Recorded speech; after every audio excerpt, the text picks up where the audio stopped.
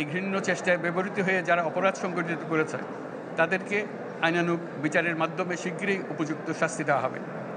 একই কথা দেশের সকল মন্ত্রণালয়, সংস্থা, শিক্ষা প্রতিষ্ঠান, নানা কর্মক্ষেত্রের জন্য প্রযোজ্য। সর্বত্র অপরাধীর বিচার হবে।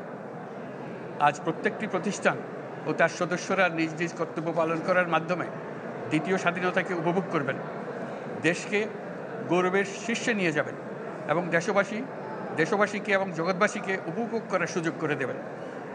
আমি জাতির পক্ষ থেকে প্রত্যেকে নির্ভয়ে আনন্দ চিত্তে নিজ নিজ কর্মস্থলে নিজ নিজ সামর্থ্য নিয়ে এগিয়ে আসতে অনুরোধ করছি। দেশের সকল মানুষকে আজ স্বাধীন, নির্ভয়, নিরুদ্বেগ থাকার জন্য নিশ্চয়তা দেওয়ার জন্য আমাদের ছাত্র শহীদরা প্রাণ দিয়েছেন।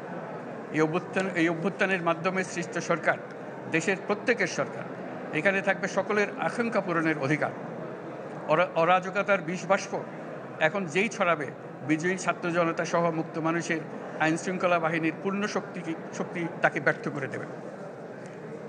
নিষ্ঠুর স্বৈরাচারী সরকার দূর হয়ে গেছে। কাল সূর্য উদয়ের সঙ্গে সঙ্গে গণতন্ত্রের, সুবিচারের, মানবাধিকারের নির্ভয়ে মত প্রকাশের পূর্ণ স্বাধীনতার জন্য সকলের স্বাচ্ছন্দ্যে জীবন ধারণের সুযোগ প্রদানের সচেষ্ট সরকারের ঘনিষ্ঠ সান্নিধ্য ও সহমর্মী পরশ দলমত নির্বিশেষে সবাই উপভোগ করবেন। এটাই আমাদের লক্ষ্য। আমাদেরকে এই লক্ষ্য পূরণে সাহায্য করুন। সারা বিশ্ব আজ অবাক হয়ে বলছে, সাবাস বাংলাদেশ, সাবাস বাংলাদেশের ছাত্র জনতা। আমরা এই অর্জনটাকে আর অনেক দূর নিয়ে যেতে চাই। আমাদের ছাত্র জনতার জন্য কিছুই অসম্ভব নয়। আমাদের তরুণরা অসম্ভবকে সম্ভব করতে পারে, তারা সেজন্য প্রতিজ্ঞাবদ্ধ। যদি আমরা ঐক্যবদ্ধ থাকি, ধ্বংসাত্মক কর্মকাণ্ড থেকে দূরে থাকি, সবার জন্য মুক্ত পরিবেশ সৃষ্টি করতে পারি, আমাদের বিজয় অবশ্যই হবে। আল্লাহ, মহান আল্লাহ আমাদের সহায় হবে।